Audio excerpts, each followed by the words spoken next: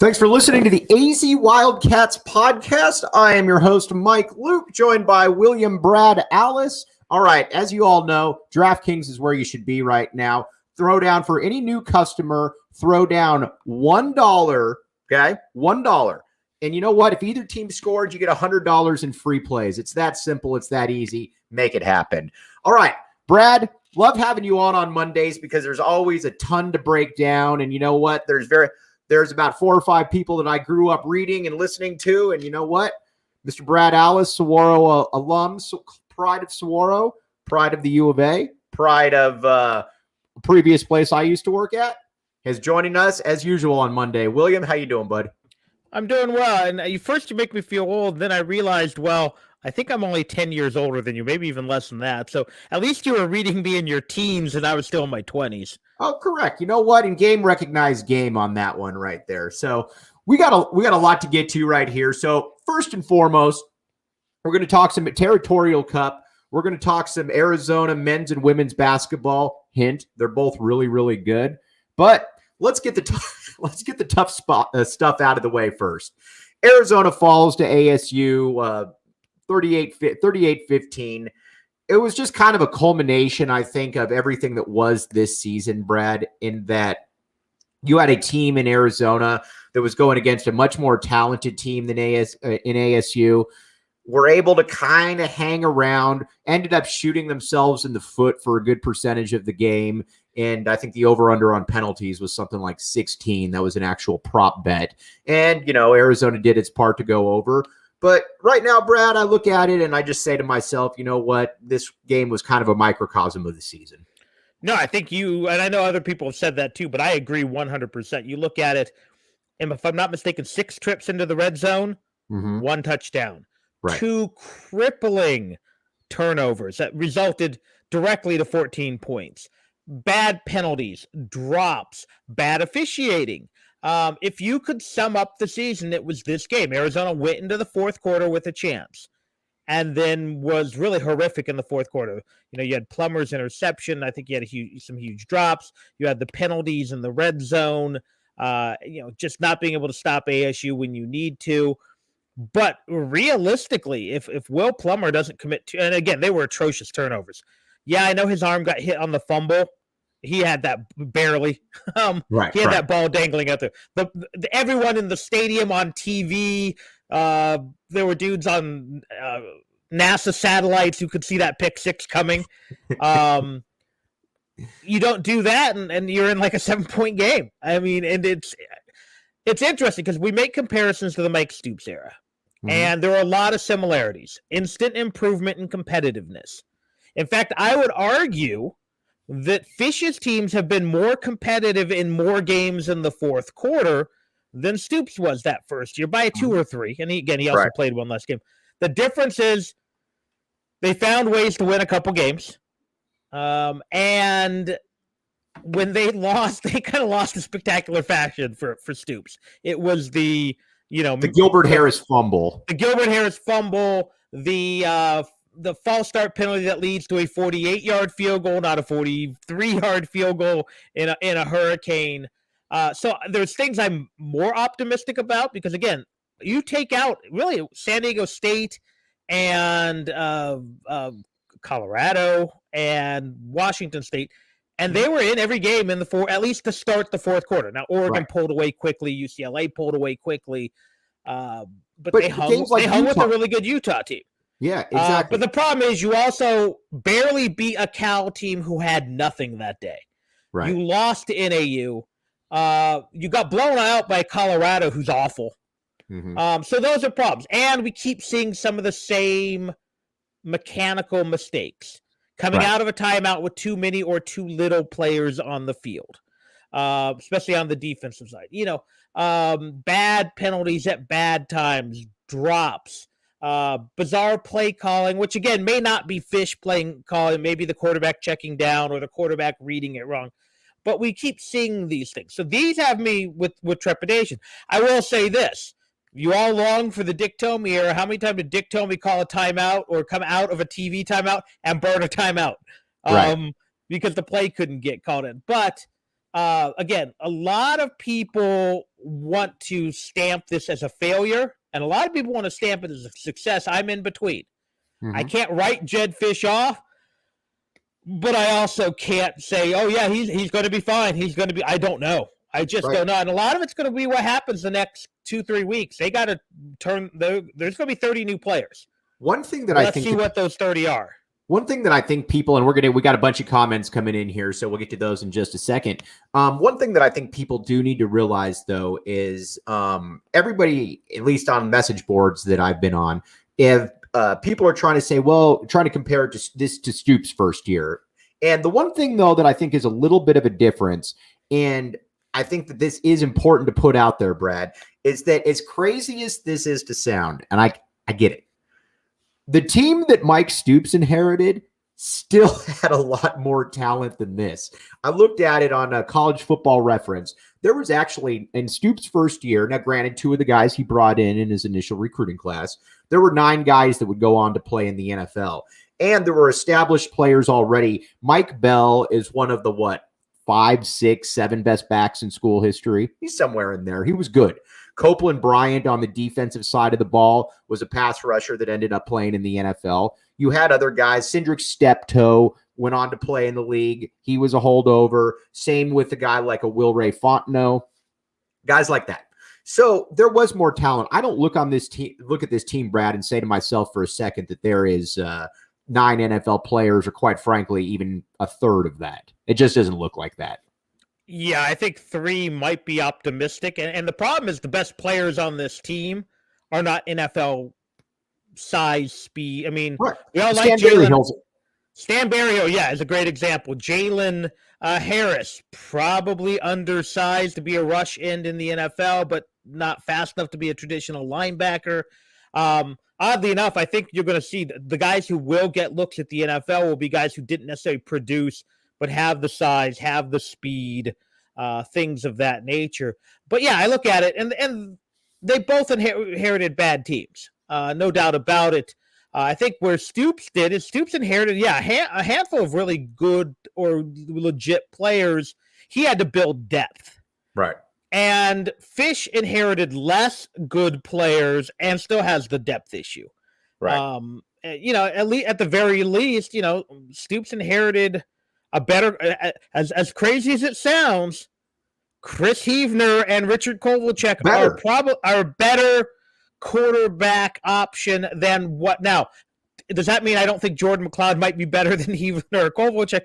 No, maybe. But when you look at those 2 versus the 3, and frankly, Adam Austin was part of that mix. Adam Austin ended up starting some games when Willie Tuitama had a concussion issue. And that was the irony of Mackovic. Most of his best players were walk-ons when you look at Copeland Bryant, Adam Austin, Bam, McCray. Right. He could bring in some really – of course, you could argue about that with Fisch so far when you look at, Dorian Singer and a few of those guys. All right, let's get to these questions here because they're coming hot and heavy. Sean Seeley, first and foremost, one of our favorite people on here. Sean was at a U of A game I saw on social media. Sean always backs the A. He says, what up, gentlemen? Or should I say fellow Saguaro Cougars? He was class of 96, if I'm not mistaken. So the word spreads. If you're from he Saguaro, probably knows my brother. Oh, sorry, Sean. Yeah, I was going to say, Canyon Allis right there. Yeah. Okay. All right. Scott Schlittenhart said there will be no Kovalchuk slander. All right, here's we're actually giving Kovalchuk some credit here, and then I think he's better than Will Plummer or Gunnar Cruz. Let's not forget, Richard Kovalchuk started in the SEC. Yep, that's all there is to it. It was with Vanderbilt. Who cares? But he started in the SEC. All right, let's get Andre Veras. First question up right here. How optimistic are you about next season? My optimism went out the window when Don Brown left. I was really excited to see what Don could do with a full off season, but now hard to get excited. I was talking with a couple people last night, and I think the over-under for wins next year is going to be 3. Because here's the problem. Now, and Arizona fans, as we found out this year, you can't take it for granted, but NAU is generally a gimme. They're not on the schedule next year. You've got a North Dakota State team that I believe was 11-1 this year, if I'm not mistaken. You've got quarterback factory in North Dakota State. Yes, you've got a Mississippi State squad that should beat Arizona, and you got a San Diego State team that, well, we know who that turned out. So you're probably going to go into conference winless, and then from there it's kind of an uphill battle. As far as let's address Don Brown first. Now, I'm going to disagree with Scott and Sean here a little bit. I thought Don Brown, until maybe the last game or two, I thought he did a pretty good job. And maybe that's just relevant to where we were with Marcel Yates's of the world. The defense to me wasn't an embarrassment where it had been in the past. What was your take on Don Brown this season about him moving on there, William? I think it's a blow in the fact that I did like the way they played. I think he got maybe as much as he could out of this group. I mean, if you look at it, what they only gave up in the 40s, was it twice? I don't have it in front of me. Didn't give up 70, didn't give up 50 something. They were atrocious at Washington State, but they weren't as bad as the last 3 or 4 trips. Right. I also think he's replaceable. I think you're not losing Bill Belichick. No, and again, you might lose something in scheming, but pick it up in recruiting. If some of these names we're seeing, on whether it's Jason Shear's hot board or the board we're seeing by the guys at the Star, there's some dynamic recruiters there. There's some good coaches, and there's a bunch of guys we don't know anything about, and that's usually what it is with assistants. I don't think Tosh is coming here from the Jaguars, but if they could get a guy like that, right. If they could get a Jimmy Lake who can recruit, that'd be great. If not, and you get, the linebacker coach from Auburn I think he's the one who was at Fresno who did a pretty good job. Okay, I'll take it because Fresno always kind of puts out interesting defenses. So it's a setback, especially because you're going to be learning a new defense in this offseason. But I don't think it's irreplaceable. All right, let me throw. So I think it's a blow, but not a serious blow. And if you can pick up a better recruiter, because Brown was okay. Then great. Then maybe it's a plus gain at the end. I've got an oddball theory here but first and foremost, if you guys aren't on DraftKings Sportsbook app, what are you doing? If you're listening to this show, if you're watching William Brad Allis on here right now, you obviously know sports. You should be on the DraftKings Sportsbook app. Here's the deal. If you're a new customer, it doesn't get any better than this. You throw down $1 on an NFL game, and guess what? If either team scores, which they will, you get $100 in free plays. So there you go. You can make that what you must.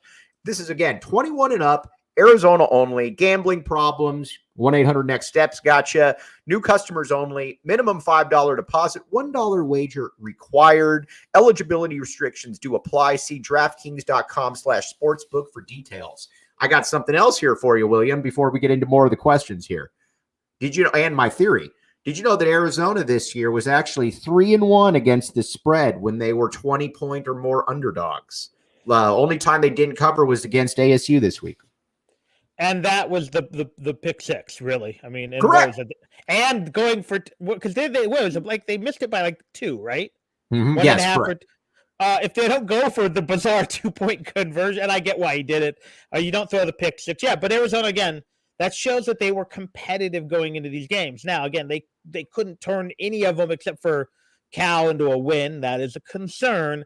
But the fact is, this was a better football team than the one we saw last year. Speaking of defensive coordinators, I've been I think I've been on the forefront of the Antonio Pierce possibly being a mole for Arizona movement.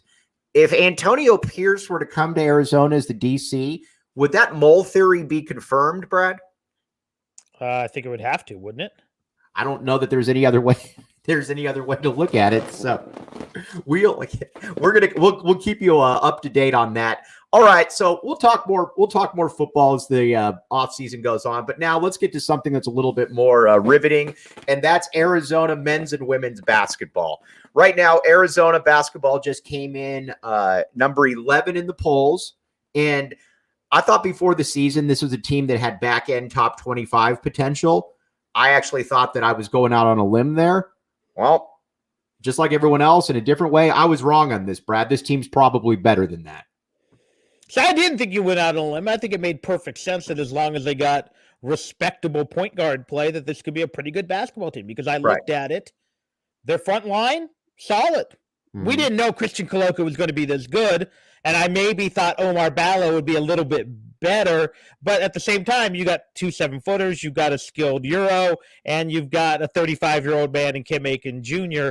Who does the dirty work. You looked at it on the wing. You have 2 potential NBA wings with Terry and Matherin. You looked at the Kyer and Larson and Kirk Kriisa, and I think we saw a pretty solid backcourt. I don't know if I didn't expect this. They basically got out and other than a 5-minute stretch of the second half against Wichita State, throttled everybody. We're looking at, and you're looking now at teams Arizona beat by 40 and 50, going to other good programs and competing. Right. So it's not necessarily just the case of this is a bad, and a couple of them were bad. Yeah. But, NAU went and competed with Washington. Washington's not good. One of the other ones went and competed with Illinois the other night. Yep. Hung with them. So that's telling me again, and it could be the thing you're on a long road trip and you're tired. You've been probably out by the pool at the resort, and suddenly Arizona goes up 20 and that becomes 40 quickly. But right now, barring a disaster, this is a very good basketball team.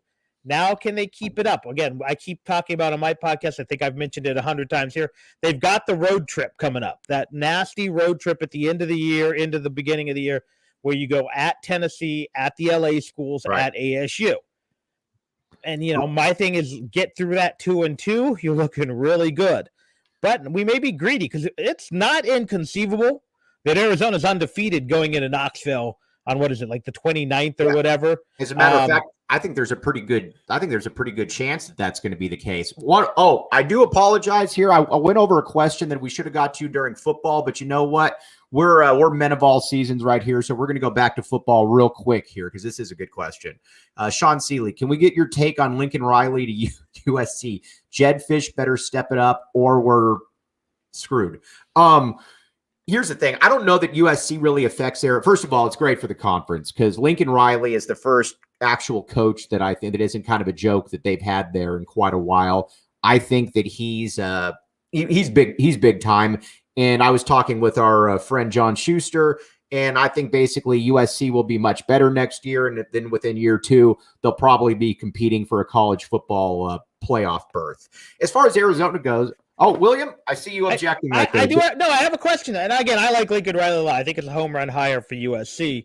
It's the first that makes sense on paper since Larry Smith. I got killed on this on Twitter. Yes, Pete Carroll worked out, but Pete Carroll was a curious hire. For sure. But I have a serious question. Lincoln Riley has never gone undefeated. Mm-hmm. He's never gone undefeated in his own conference. Right. If USC's 12-2 every year and the 4 seed or misses the playoffs, how long will they be happy? Not long. Again, can Riley do better at USC? Maybe. And again, and he's also young. He's like 38, 39 years old. Right. He's going to get better as a coach, but he's never been undefeated. He's never gotten through the Big 12 unscathed. So I think there are still some questions. He'll have USC year in and year out winning the South. No doubt about it. But can he take them to that next level? Can he take them to a Pete Carroll level? Right. And if he can't, how long is he there? Now, does it affect – I don't think that affects theirs. The hire that worries me more is if Washington can land Matt Campbell. Because suddenly Washington, I think, not only becomes a player, but where does Matt Campbell recruit on the West Coast? Yeah. Arizona. Now, he hasn't taken many guys Arizona's wanted, and Washington actually has, but now he's going to double down in Arizona. So instead of Brock Purdy, he's going to get the Chubba Purdy. He's going to get Chubba Purdy. Or whoever the next great Arizona quarterback, and there's enough of them. So that one, I think, affects Arizona a little bit more. Conversely, I think Arizona State retaining Herm Edwards is actually good for Arizona. I do too. I think Edwards has been good. I think they continue to recruit LA well. They're not recruiting Arizona, and as long as Arizona can still be second fiddle in the state to Washington, Oregon, or USC, I think I'm fine with that. So I think overall, Lincoln Riley to USC will actually help Arizona because it makes the conference better. It probably makes it harder for them to win the South, but at the same time, it probably makes it better for them to attract talent Because remember, when Pete Carroll was here, Stoops was here, and Stoops got really good recruiting classes in part because kids wanted to play USC. Right, for sure. And we'll obviously be following that. I think that I also think USC fans maybe might realize that not everything, you can't be impatient on everything, being that you've now dealt with Lane Kiffin, Steve Sarkisian, and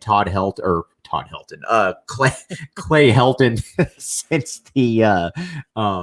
since the inception, or since Pete Carroll left. So we'll keep you all up to date on that. All right, going back to basketball right here. Let's talk. Well, first and foremost, though, also want to remind you about DraftKings. Code word PHNX. Put down $1 on an NFL game. If you're a new customer, either team scores, you get $100. You know what? I've been looking at a lot of Arizona basketball lines this year, and Arizona is covering those lines right now. So, if you get on DraftKings, you might want to put some money on that as well, because this is a fun brand of basketball. You can also bet on the women's side. Let's move over there. What we're watching with Adia Barnes and the women's basketball team, Brad, is certainly on the women's side is uncharted waters. And I wasn't here. I was here, but I was 3. I wonder if this is a little bit like when Lute took over the men's program, and that, it took a couple years, but you became respectable pretty quickly. You get that one breakthrough player. And for him, it was Sean Elliott. Obviously, you had guys like Pete Williams and Eddie Smith, but Sean Elliott was really the one that kind of shot things into orbit. You get Ari McDonald here for Adia Barnes, and even when Ari McDonald leaves, you've already got a roster filled with players, kind of like with a situation with Sean Elliott when he was here, where you just transitioned to a bigger lineup. And even though you didn't have tournament success, you were still really good, and you just took it from there. Do you see some comparisons there? Is that a fair comparison? Yeah, I think the difference is last year, Arizona was kind of a slow build. They were good. They were good all year, but when they finished 4th, 5th in the Pac-12, right. 87, 88, Arizona was a 2-loss basketball team who was blitzed the nation when they emerged from Alaska, and they didn't really slow down. Again, I think they lost at New Mexico and at Stanford or something ridiculous like that before finally. And they weren't that good last year. They caught fire in the tournament. In fact, if you want to compare last year's team maybe to another Wildcat team, it might actually be the 94 team. That was always pretty good, but caught fire in the NCAA tournament with a small guard. And but now, I think the program's now established. You're seeing that. They're a little bit, I think, ahead of where people thought they'd be, much like this men's team, getting that big win against Louisville, then being able to hold off a pesky Vanderbilt team. Those were 2 big wins. They completely rolled Rutgers this week. In fact, I think if I added it up right, the men's and women's team won by like a combined 82 points on Saturday. Crazy. Well, it was crazy. And in fact, the first half score looked like a football score. It's like 53-9 or something like that. So it's remarkable. And they're not doing it now with one star. I mean, Reese is really good. But Pellington hit the game winner against Vandy. Pellington, who can't shoot. The comparison there, it'd be like Reggie Geary hitting the game winner. Apologies to Reggie. Reggie's my guy. But Reggie was not an offensive. Reggie wasn't a shooter. He wasn't a shooter. And she drove the lane. And, they've got size. They've got athleticism. They can go big. They can go small. So it's a fun team. And we're seeing what a good coach Adia Barnes is, what a good system she has in. And, you've got the kind of that 1-2 punch of Thomas and Reese, but other kids can get it done. And it'll be very interesting to see now, how do they progress into a difficult Pac-12 and beyond? Does Reese come back for an additional year? How do these young recruits they're bringing in? But, you can say that this is a team that if they don't at least make the Elite Eight, you're probably going to be disappointed. And that's a fun place to be, because we've never been here with women's basketball. And I think what you're seeing too is that you're seeing her being able to build off the recruiting success that she's had on the court, kind of like with Lute. I mean, you think about it, you had the run with 88 and then 89, but that also probably really helped in bringing a McDonald's kid like a Khalid Reeves, bringing in a transfer like a Chris Mills, who was all everything from Kentucky. And it kind of goes from there. You look at what Adia Barnes has done. You've got a Maya Najee coming in, who's one of the top 10 players in the nation. You got a couple other kids that could be McDonald's All-Americans. So what she's been able to do is win, but also be able to capitalize on it to where it's not just a flash in the dark. And honestly, Brad, I mean, you've seen greatness up close for a long time. This has that feeling where Arizona women's basketball isn't going anywhere. No, and again, we got to finish out the season, but I think you could make an argument, and I don't want to pile on Sean Miller, but he kind of didn't build enough on those back-to-back Elite Eights. Right. They were always good, but he, more often than not, never quite got the teams he wanted. I think the closest they got was the Ayton team that was upset, but there were a lot of times they were still settling on 5-star kids. Yeah, but they weren't his Kobe Simmons wasn't his guy. Raleigh wasn't his guy. I'd argue Trier probably wasn't his type of guy, although I think he talked himself into it because Trier was a priority recruit. But, they needed more Rondays and Aaron Gordons and less Lowry's. Kobe Simmons. Guys who were immensely talented but didn't have the patience or the work ethic or the defensive grittiness. I've been listening to Miller talk on some of these podcasts, and obviously his knowledge is off the charts, but he's a system coach who got away from his system. So that's what's exciting to see Lloyd here plugging in these pieces. And I think it's easier to plug in pieces to a system like his that is based upon athleticism and defense leading to offense than it is kind of that grinded out defense that leads to a grinded out offense. All right. The great thing about the AZ Wildcats podcast is we get guys like Brad Allis on here. Tomorrow we have a very, very special U of A guest. That's called a tease right there. We'll be tweeting that out tonight, who it's going to be. It's somebody, though, that I think will resonate with a lot of people. It's not Kevin O'Neal, just in case people out there were curious about that. But this is the time to be in here, the AZ Wildcats podcast. Check out PHNX Sports. Brad, really appreciate you coming on, my man, and can't really thank you enough. Everybody out there that contributed. The podcast will be up here shortly, but you guys all make this happen. And Brad, as always, you're the man, homie. Hey, anytime, Mike. And I was happy to see you hit that 900 mark so quickly. Oh, yes. And by the way, that was awesome. I was like, all right, I need people to follow this. And within like a minute, I had like the 900. I'm like, I should just be tweeting this every day then. But then it loses its luster. You got to pick and choose. It's like running the trick play. Yeah. Mm-hmm.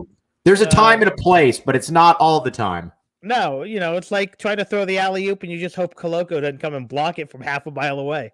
That might be a hint tomorrow on who might be coming on. I'll leave it at that.